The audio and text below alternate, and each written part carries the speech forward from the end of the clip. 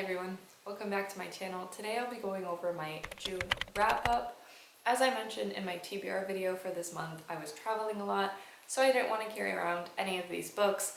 I did travel with my lovely Kindle, which served me very well. So whether I was on the plane, whether I was at home in Chicago, I was reading on this thing. And thankfully, most of my Libby loans came in, and so I had everything that I needed at my disposal. As I mentioned in my June TBR video, I was very ambitious with the amount of books that I wanted to read, and I was hopeful that I was going to be in a summer reading mood, which would make reading these a lot faster and quicker. That was not the case. Truth be told, I only read 6 books this month, but it was a fairly slow reading month. I did get sick towards the end of June, and so that just kind of plummeted my reading goal. I started the month off reading The Night and the Moth. This is Rachel Gillig's new book. The Night and the Moth follows our main character, Six, and she is this kind of diviner. She's part of this religious society where these 6 orphan girls are taken in and drowned in this spring. They see these kind of omens, and they have to prophesize for anyone that comes and pays to their kind of monastery or wherever they live. And the beginning of the story shows that the new king has come to this spring, and with him his knight. And thus kind of Six begins to question what everything is about, and she embarks on this crazy adventure. And I really loved this. I think the writing was really well done. I loved Six as a character, and I overall loved the romance of it. I think the knight was a really fascinating character. He was super well-spoken, well-versed, which is the best part of a romantasy, and I think their chemistry was off the charts. It was very good, slow build, and this is an adult novel, so there are not young adult aspects in it, which I personally really enjoyed. There's a fun gargoyle character that calls everyone Bartholomew, and I usually don't like much humor in the novels that I read, but I found this to be fairly charming and kind of break up the seriousness of it. I think the world building was very well done. It kind of made sense through the plot point of like her backstory. She doesn't necessarily know everything. She doesn't have these like crazy powers, which I think some romantasies just love to give the female main characters out of nowhere. So I think it was fairly realistic given this kind of realm it was in. So for this book, I did settle on, I think, 5 stars. And that was like well deserved. I am so ready for the sequel. I cannot wait for that one to come out. I will 100% be continuing the series, and it was an overall really great start to this month. Next, I've got 2 books that I actually own. I showed these very ugly, in my opinion, copies of Anne of Avonlea and Anne of the Island. These are of course book 2 and 3 in the Anne of Green Gables series. I owned these. I've always wanted to read Anne of Green Gables. If you don't know, this follows an orphan girl, Anne, who gets adopted to Avonlea by 2 siblings, and it's kind of her coming of age story. Anne of Avonlea kind of follows her time in Avonlea as she's not able to go to college, so she has to work as a school there.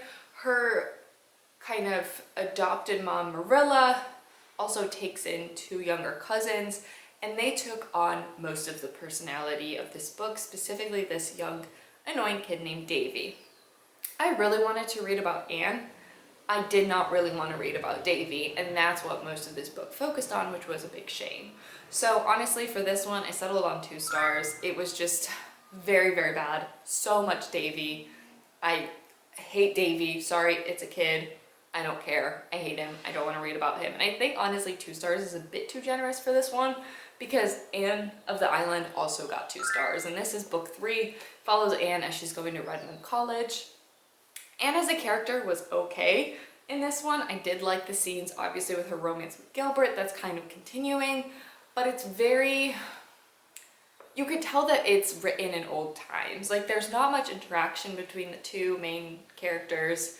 I don't even know if Gilbert's a main character. He kind of just shows up. He's the love interest, but there's just not enough for me to love this romance as much as I do with the on-screen movie. And so the book kind of fell short in that regard. I really loved Phil as a character. She's a new girl that gets introduced. She lives with Anne at the college. She was just very fun, very indecisive.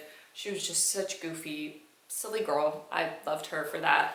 But honestly, towards the end, it got very religious. Some of our characters end up marrying pastors. It's a lot of you know, characters kind of passing away and them kind of hoping about heaven and talking about all these religious motifs. Obviously, Davy shows up in this one again. I, truth be told, skipped most of these chapters where he was in and he was talking because I could not care less. I went through these fairly quickly. They also had the audiobook edition from my library, so sometimes I was going through reading them on my ebook because Libby had them as well, and then to the audiobook. So these are both kind of fairly quick reads, but overall, I won't be continuing with the series because it's just not for me. The first one is forever going to hold a special place in my heart. I'll just rewatch the movies when I want to feel something again, but glad to be done with these. The next one is a nonfiction that I read of them for the month, and it was Good Energy.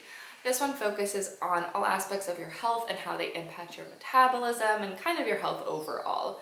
I think the author did a really great job of kind of explaining things in a mix of scientific terms and also kind of layman terms that makes it very easy to follow. She goes through very kind of simple and effective ways to improve your health and the importance of doing so without making you feel dumb or that you're doing something wrong.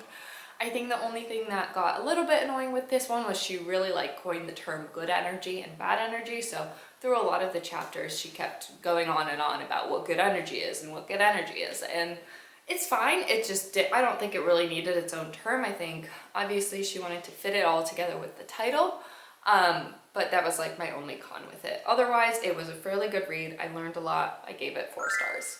I successfully finished a series, and that is the Ember and the Ashes Quartet. A Sky Beyond the Storm is the 4th and final novel in this series. I won't go into full detail on what happens in this. I've talked about this series so much throughout my channel because I was going through reading it for the past couple months. Follows 3 main characters, and this is really honestly the conclusion where you see how everything unfolds. This kind of empire is unfolding. There's a lot of evil forces at stake, and so these 3 characters work together to save the empire. I really loved book 3. I was shocked by how much I did. That's a book right before this. It's called The Reaper at the Gates. I think it took a lot of interesting turns. I think a lot of the characters started going through it. In this one, I didn't care as much. I think Laia, our main character, made too many stupid mistakes. At one point, she goes up to the bad guy and gets one of the weapons that could kill him, and she ends up dropping it within the next sentence. And it's how could you be so stupid? I think she just doesn't think things through. I struggled a bit with the ending. I feel like it was really reliant on one character coming back that didn't really need to come back, that I felt no emotional connection to. So honestly, I just got a bit aggravated with this one. I think it started very mediocre as a series. It got very strong in book 3, which is again my personal favorite, and then kind of fell off in this one. That being said, there is a continuation of this one called Air. That's 20 years after the events of these books, and I am reading that one currently in July, so you'll see kind of my thoughts as I continue the series. I do not mind Saba Tahir's writing. I think it's fairly good, and I like the multiple point of views. I think it makes things go along a little bit faster. She loves ending things on a cliffhanger, and then you have to obviously wait 2 or 3 chapters until you get to that point of view again. So A Sky Beyond the Storm was okay. It was my favorite conclusion out of a series, but I think I settled on 3 stars for this one, so it was okay. The final book that I'll talk about for my June wrap-up is Vicious. This is a V.E. Schwab book. Me and V.E. Schwab have a very hate relationship, as in, I think I hate her writing. The only thing that I read by her was The Invisible Life of Addie LaRue. I gave it 1 star. It made it on my 451 degrees Fahrenheit shelf, which is where books get burned. I, truth be told, hate that book, but I decided to give her another try. People really like this duology, the first one being vicious, the second one being vengeful, and I truthfully did not know much going into it. This is an urban fantasy, so it does take place in current society, and it does focus on characters that have these kind of superpowers. I think they're supposed to be fairly morally gray, and you follow our main character, Victor, as he's kind of escaped out of prison and kind of going on his path of revenge and kind of creating a little group of misfits, which I don't really like those tropes. I don't like a group of misfits. I don't like a found family, and I also don't like urban fantasies. I think I struggle a lot with the kind of superhero aspects of it, which is not my personal favorite. That being said, it was still fairly easy to get through. I went between reading the physical book and the audiobook as well. I think the audiobook was fairly well narrated. My biggest struggle with this one was that it felt a bit redundant and a bit dragged on. Like, I truthfully don't think it needs this many pages. It goes into very different point of views. It goes back in time a lot, so it goes like 10 years later. You go through Victor's point of view 10 years later, then you go through another character's point of view 10 years later. You go through another character's like whole childhood, and I didn't care about any of the characters enough to justify reading about them so much. So honestly, this was vicious. I think I settled on like 2.5 stars for this. It was fairly easy to read. The beginning of this book kind of outlines exactly what you expect from all of these characters, and they behaved the same two-dimensional way. So this is a series that I won't be continuing. I honestly think me and Via Schwab should just break up at this point because it's just not going anywhere. Sorry, I'm back. I realized I forgot to tell you about the 3 books that I DNF'd this month, and I'd like to warn you, in case you're thinking about picking them up, not to. The first book that I DNF'd this month was Shield of Sparrows. I don't remember much about it, but I do remember how much it annoyed me. This is a new romantasy that has kind of been circling around Book Talk and BookTube, so I'm super excited to pick this one up. However, it took forever to get anywhere. I think I made it to only like 30-ish%.